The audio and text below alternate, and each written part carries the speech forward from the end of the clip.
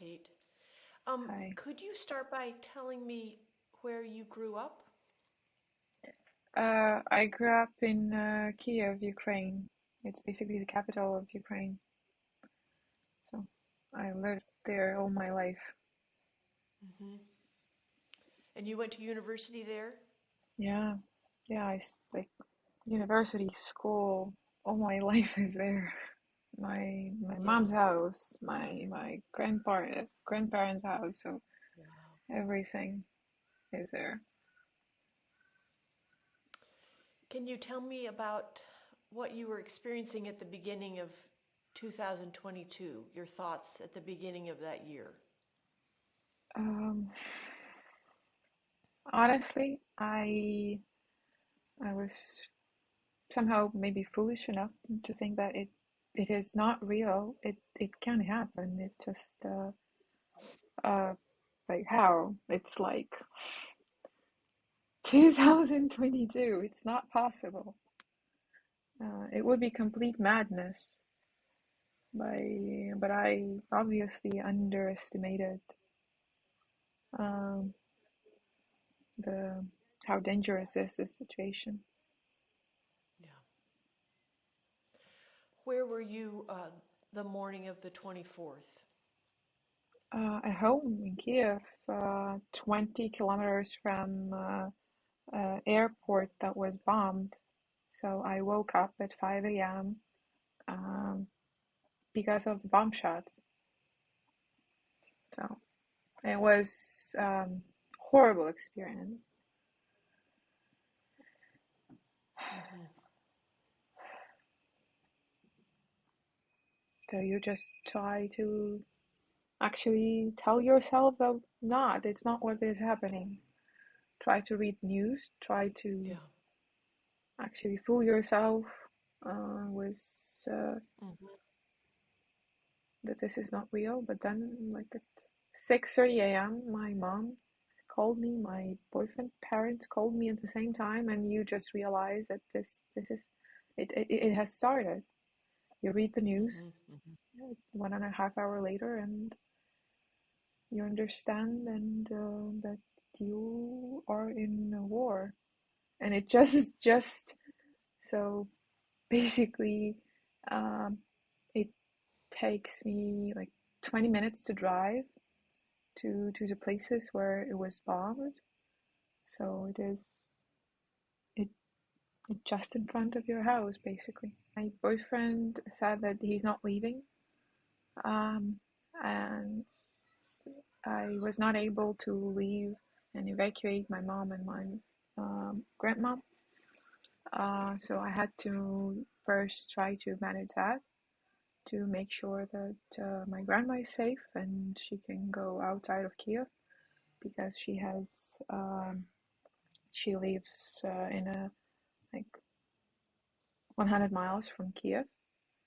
So we had to evacuate her there, and we had to make sure that she has all the medicine needed and provisionary because she has a diabetes. And then we have to figure out, I don't know, buy food and actually make sure that we can live in Kiev for I don't know how many days. But then I went out Hmm. and everything was closed. Like all the gas stations they're overcrowded. People were running out of the city, and already everything was the traffic was extreme. People were just throwing their stuff in the cars and trying to leave. Like you're not like basically there is no ability to buy any food or medicine or withdraw cash because everyone was so scared that the Yeah. banking system will fall. So yeah, it was quite scary. So we try to actually understand what are the food supplies, just to what will happen if we're not going to have water or like just just to do that kind of stuff to collect all the like necessary clothes, just a minimum amount, money and all the possession valuable possessions just Hmm. in case you have to run in a bomb shelter or this kind of stuff. So it was a bit scary, and then I understood that if my boyfriend is staying in Kiev, I just started cooking to make sure that we can survive through this day. And I just at least I'm useless. At some point, I understood that I'm quite useless. I'm not able to defend or do at this particular moment, so at least I just try uh, to make Yeah. sure that we're not hungry. And it just gave me some meaning of the day. Um, yeah, but then there was a first air alarm in Kiev. My mom came to my house because it was super scary because we didn't know at that moment how to react. And so uh, we gathered in my apartment because there is a bomb shelter underneath. Um, mm, and we spent the night basically with a time shift for 2 hours of sleep and then rotating because it was so scary to sleep. Um, Somewhere in the middle of the night, I don't know, around 4 a.m. Um, um, and I don't know whether it was an aircraft or it was a drone. It is most likely that it was a drone was hit by Oh my Ukrainian goodness. army just in front of my house. There was Yeah, and I'm standing in front of the window and I'm just seeing it with my own eyes. I wouldn't be able to forget all this. It is extremely scary experience because you don't know, like, okay, it was like um 500 meters or 1 kilometers from you probably, but you just don't know when and where the next one, whether at that moment you don't realize whether it's a drone or something. You just see the explosion. You don't know what is happening. uh then after I read in the news what was it, but still this is super scary. So in the morning we decided to leave Kiev immediately, You and your mother and your and we boyfriend? did. Yep. Like it, yeah. At 7 a.m., we just packed some like a few little things in our car and just run away to Hmm. western part of Ukraine. Lucky enough, we are actually extremely lucky because uh, the we were able to escape as soon as it was legally uh, we could, because there was I don't know how to say it in English. Um, So Kiev Yeah. administration defined hours Curfew. when you cannot leave your home. So as Yeah. soon as we were allowed to leave our curfew, yes, as soon as we were allowed to leave our houses, so we went, and there was no cars at that moment, and we drove to the western part of Ukraine. And my boyfriend has parents here, so now I'm living with them Mm. for 50 days of war. So uh, so What it's town are you in now? Is it Lviv or western part? I heard, but it's Volodymyr Volynski. It's like 8 okay. miles from Polish border. And Kate, Small how have you town. decided to stay in Ukraine rather than cross the border? Um, mm, Males are not allowed to leave the border, so I'm not leaving my boyfriend here alone. Um, I just Yeah. that is unbearable. You just can't Yeah. live with leaving someone behind. And tell me what your days have been like the last 50 days. Mm. Oh, pretty much the same. Yeah. Oh no. Like first few weeks, air alarms, and they're quite loud, like in the middle of the night, like two, three. Life on the when you run back and forth, uh, living with a lot of people in the same apartment because um, not knowing what will come tomorrow and Yeah. how much worse it can get, not knowing uh, what you're gonna do in your future, or do you still have your house? Do you still have your home? How are your friends and all of that?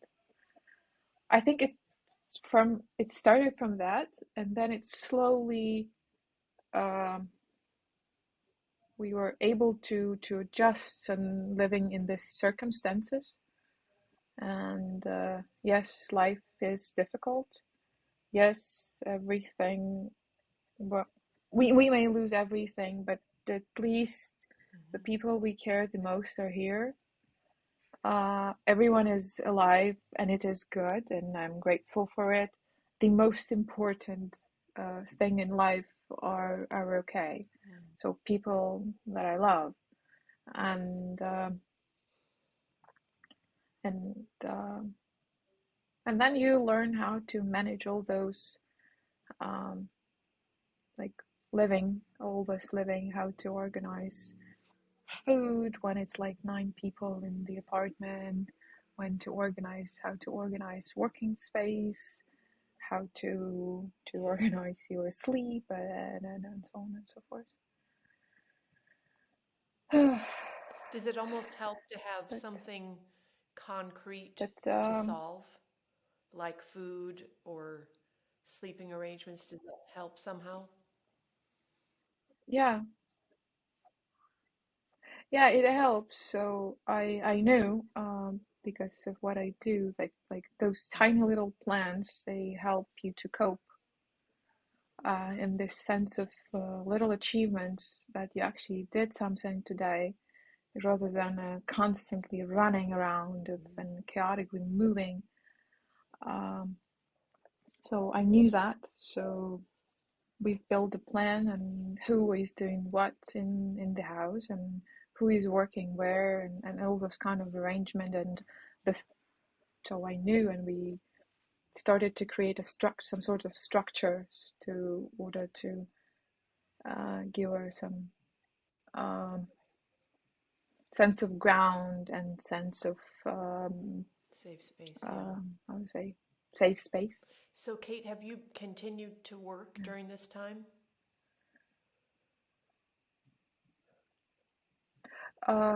Yes, I think I came back to work 4 days later. So it was Thursday, it started, and on Monday we got back to work to some degree, of course.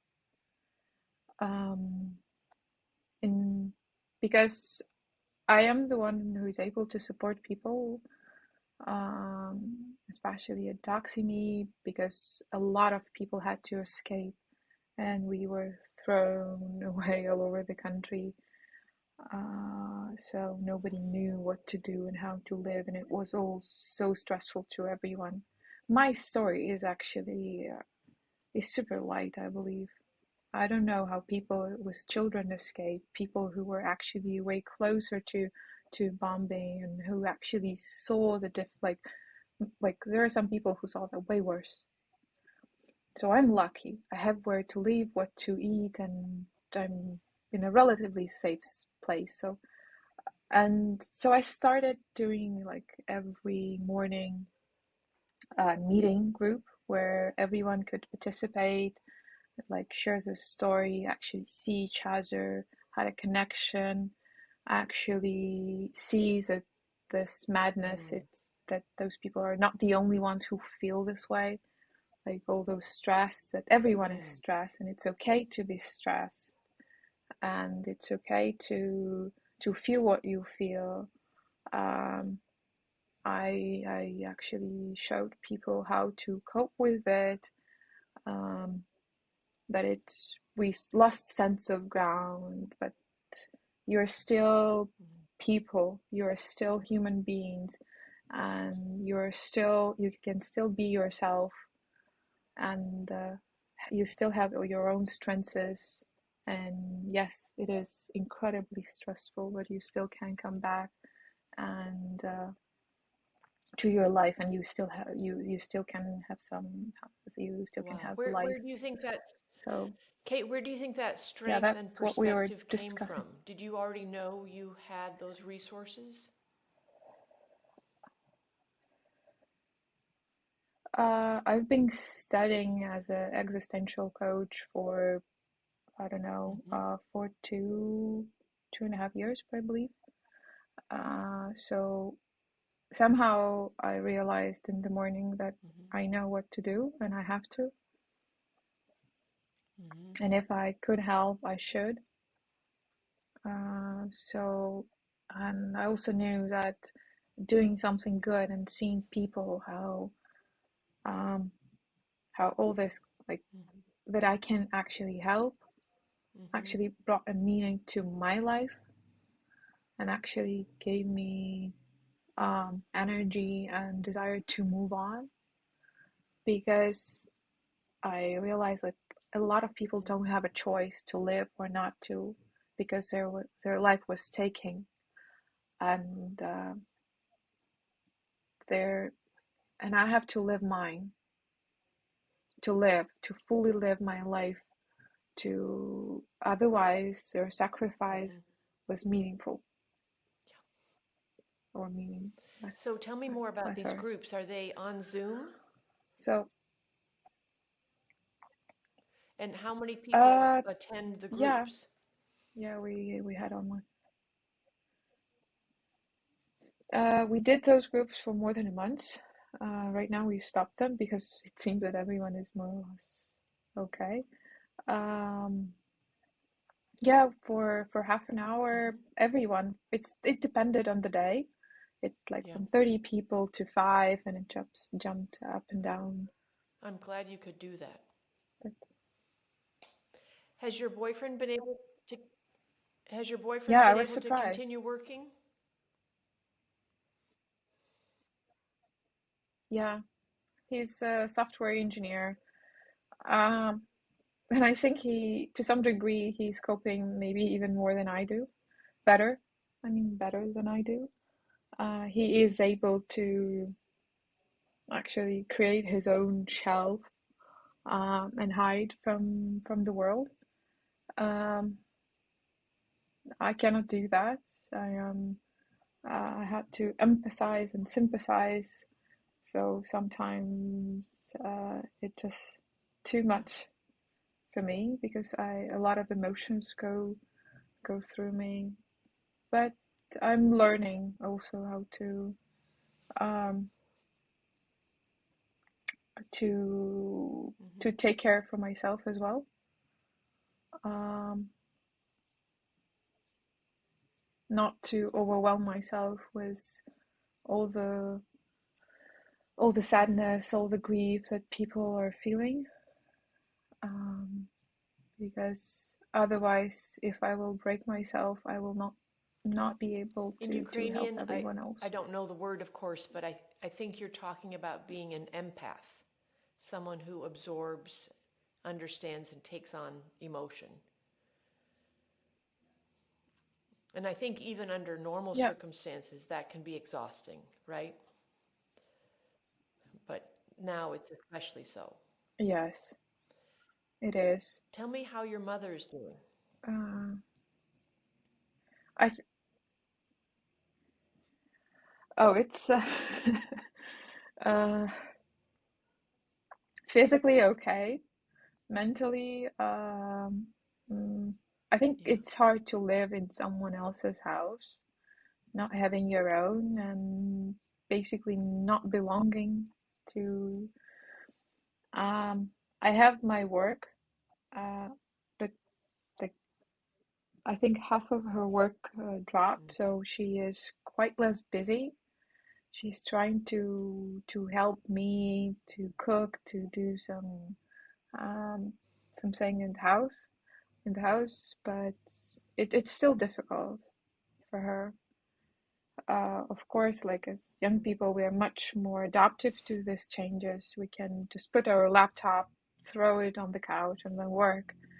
But for older people, it is much more stressful. Plus, I have my boyfriend.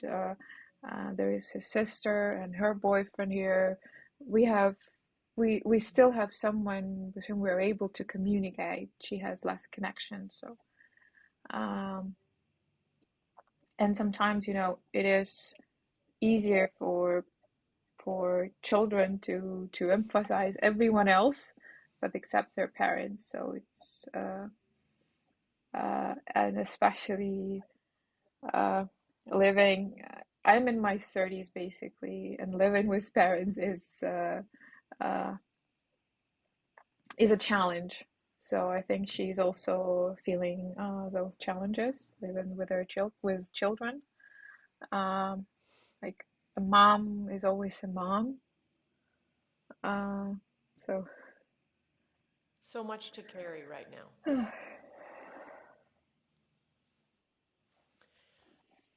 yeah, I am Yes. dreaming for the day when nothing will happen, and that's it. And that Hmm. would be very, very How has happy this day. whole experience shaped your view of humanity?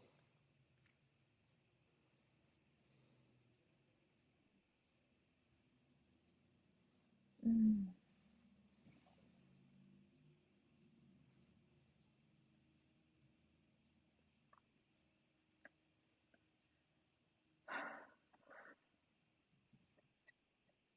I think it's a very, very difficult question, to be honest. Um,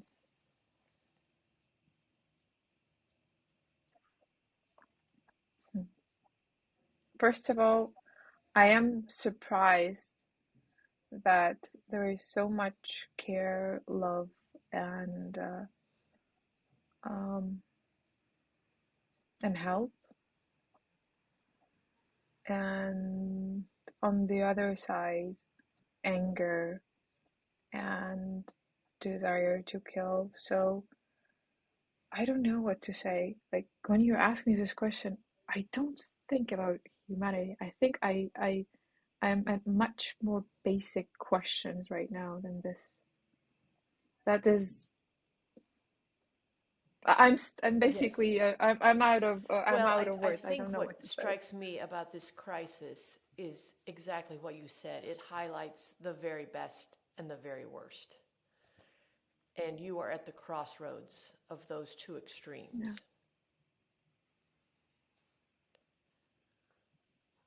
And I think holding them at the Yeah. same time is probably almost unbearable.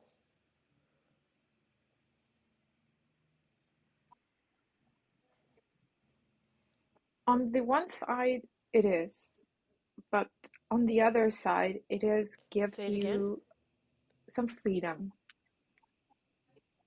Hmm. On the one side, it does. It is very, very difficult and it's very stressful. But on the other side, it Yes. gives you a lot of freedom because you don't have time for wasting your life. You don't have time for actually doing things that um, you have only time for what matters, and everything else is a waste. And war is actually Hmm. opening eyes to many peoples around me.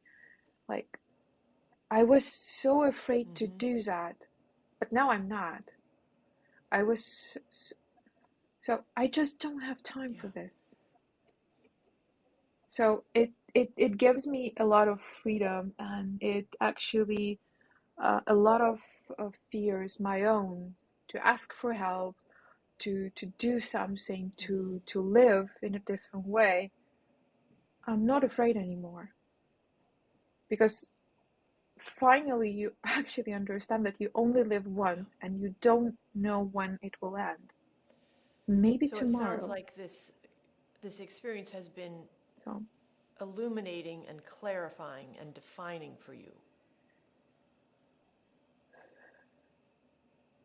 yeah.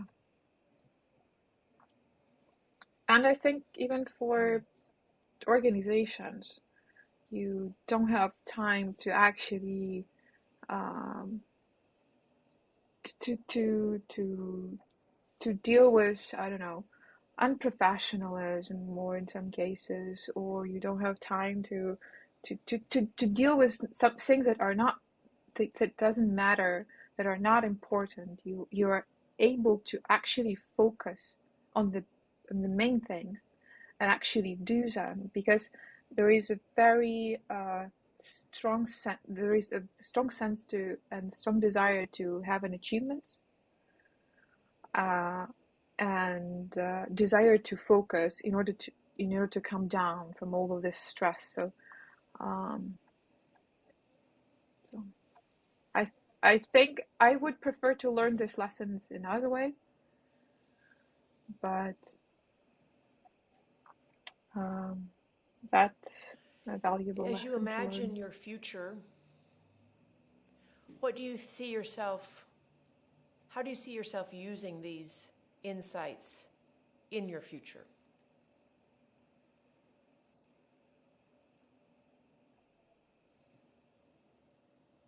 Uh,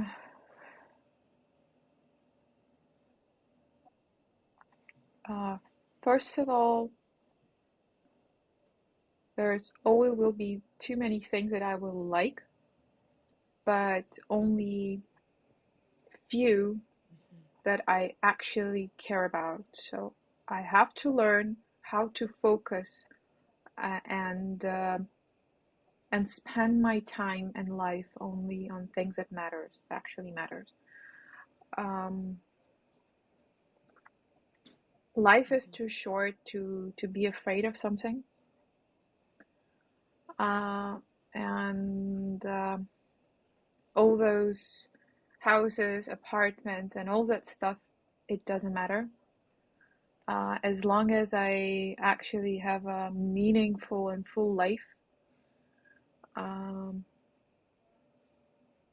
I want to, in the end of my life, I want to hold to something that I would remember Yeah. and is worth remembering,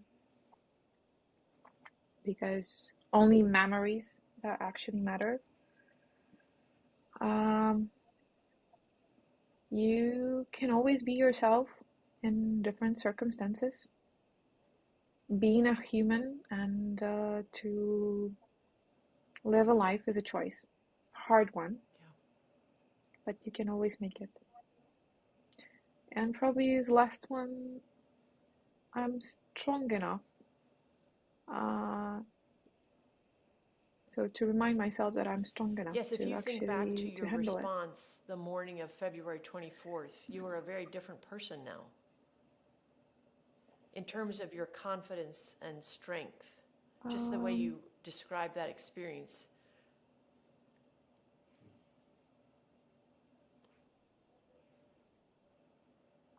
yeah, because Yeah. it hits you and you loses the ground, but it takes you some time to actually um, to restore your ability to be yourself. Because for the first 2 weeks, I felt like I Mm-hmm. I was thinking I'm not myself. So as soon as you're able to connect with your inner self and remind yourself who you are, uh, like then you are able Right, to right. actually to push back and to fight. Kate, could you just briefly describe So your training as an existential coach? That's a term I have never heard of.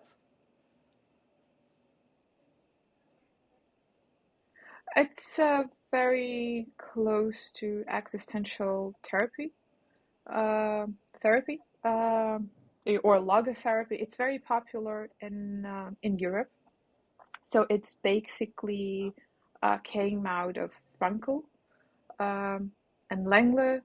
So they're main creators of this, how to say, um, Mm-hmm, mm-hmm. therapy learning. I don't have the words. Yeah. So, and as a part of the therapy, was created a coaching. It's quite deep, but still not yet therapy. To be able to work uh, with the same phenomenon as therapy, but a bit more on a higher level, and sometimes on like, and Yes. also on an And do you organizational use level these as well. skills at DoxyMe? Because yeah, because you like work is still a part of life, You had to have your own sense of ground, sense of space, and sense of security at work and in life. You need to have a sense of living. So those you need to know who you are, yeah, and in order to actually be able to create a sense, like every single person needs that, and as well as organization, they need to have enough structure, enough space. um, they need to be alive enough to be able to enjoy themselves and enjoy what they're doing. They need to clearly understand what this organization is doing, and why it is exists in order to bring their own sense into the world. So what could you please describe So, your job for Doxy Me? This,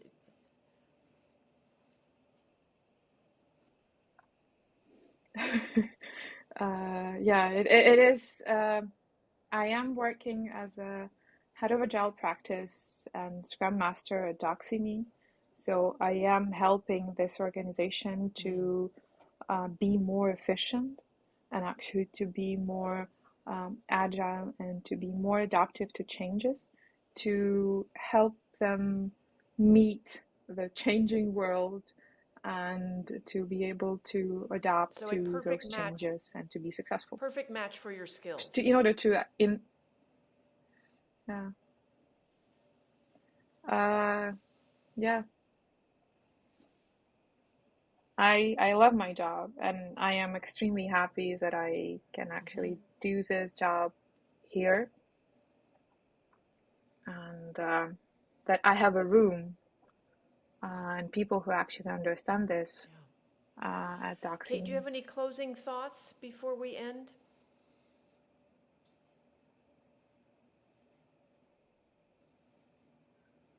Mm,